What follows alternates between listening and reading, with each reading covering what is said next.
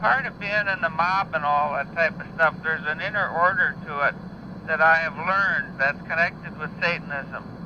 Really? Oh, yeah.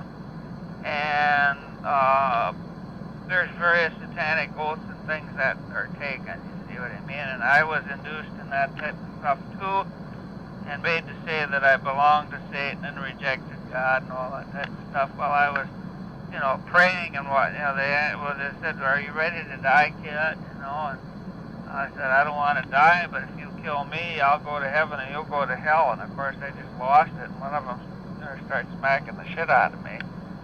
And he said, "Are you ready to die?"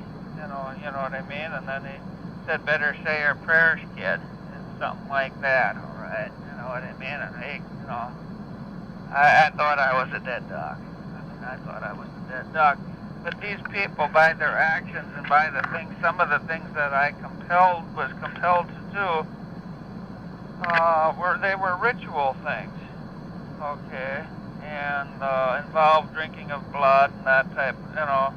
So what happened then that they made you have sex with this kid, right? Yeah, well, that's among other things. Okay. I mean, in that case, with this individual, it's like that was made to like sit on his. If he were lying flat on the ground, in other words, I was made to sit on him upon that portion of his body where his sexual organs were. You know what I mean? Like sitting on somebody while he was, what's the word, supine, laying on his back. And I was made to sit on him, much as I would sit on a pillow or something like that. You know what I mean? And with the idea to give the impression that he was penetrating me. Okay, that type of a thing.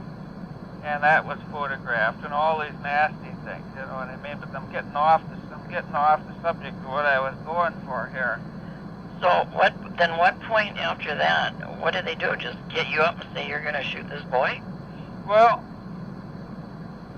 there was photographing of me, like tied to a cross, and that type of a stuff, and various things of that nature.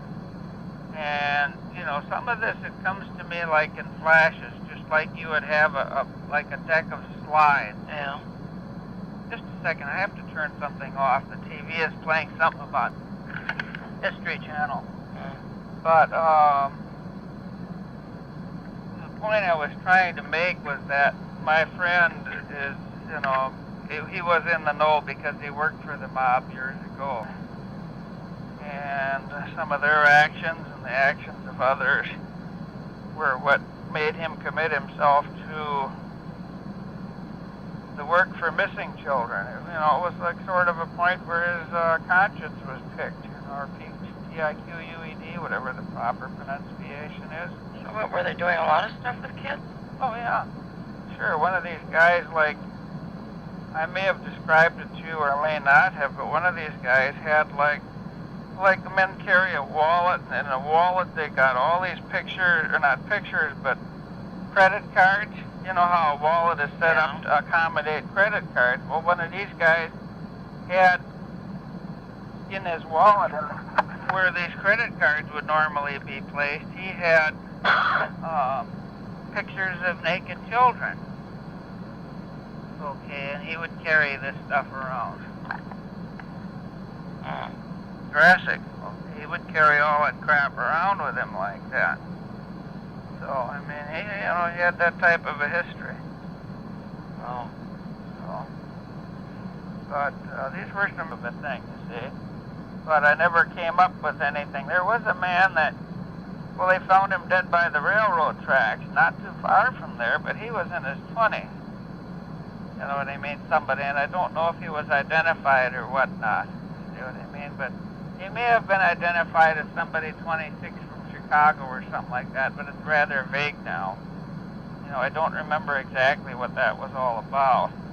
But do you ever have dreams that where you wake up and oh yeah, when you had to shoot this kid, it's a problem for me, and it comes in the dream state, and it also comes, so not so much as long as I take the drugs.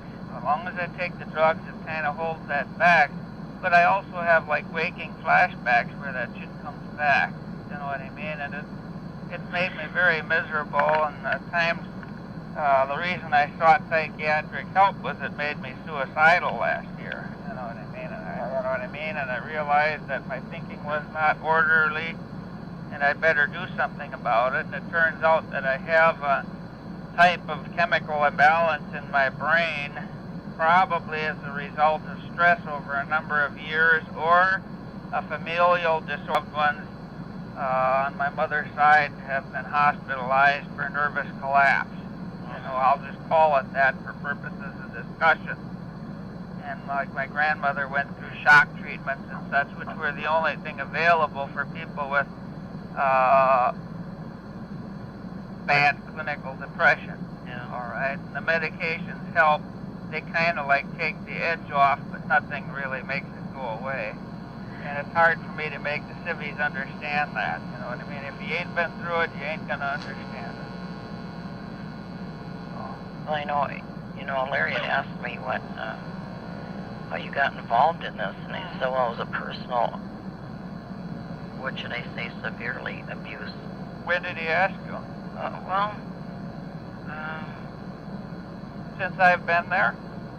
Oh, yeah. Okay, well, what did you tell him? Yeah, well, I tried to get around this a little bit because I thought maybe he could help.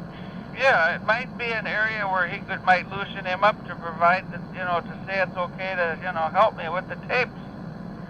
Well, that too, but... So I give you permission to tell him just about anything that I've told you in regard to... Yeah, because, I kind of explained what happened, and of course he said the same thing I did. He said, well, if he was abused, that really wouldn't be his fault. You're 12 years old. Yeah, about this boy. Yeah. And I said, Vern doesn't really know who it was or anything, and I said it's so long ago that I don't even know if you could find if anybody was missing then. You know what I mean? Mm-hmm. Well, he could have been from anywhere. Right. Yeah, that's the thing. He could have been from another state or something. Could have been easily from another state. Right. You know what I mean? When you said, oh, yeah, well, they do this, you know what I mean? There's certain things that I know about this type of crime, and then there's certain that I'm blithely dumb about. Uh-huh. But that made me think, too, well, could have been just for that purpose, you know what I mean? Or they could have figured, well, this is a good way to get rid of this one. Uh-huh. You know what I mean? It'll keep the other one's mouth shut, I don't know what disagreements they may have had amongst each other, I have to say. Yeah. Well, you said you told Jerry about this in 91. I told him some of it. Oh, you didn't tell him about that boy? Well, I told him I had to kill somebody. That was like 93, you know what I mean? Well, what did he say? Didn't he have any advice? Well, at that point, I did it in the form of after meeting with him and having dinner and this type of stuff and such, you know what I mean? And then he had to go out of town and stuff. I left him a note explaining what the hell the score was. I said, in response to the questions that you asked, because he'd asked a number of questions, I gave him a pretty well like a uniform synopsis of what I understood the story to be at such time. You see what I mean? And what's happened is that with the passage of time, little details and things come in that give logic and form to the story. And kind of complete the picture a little bit. So.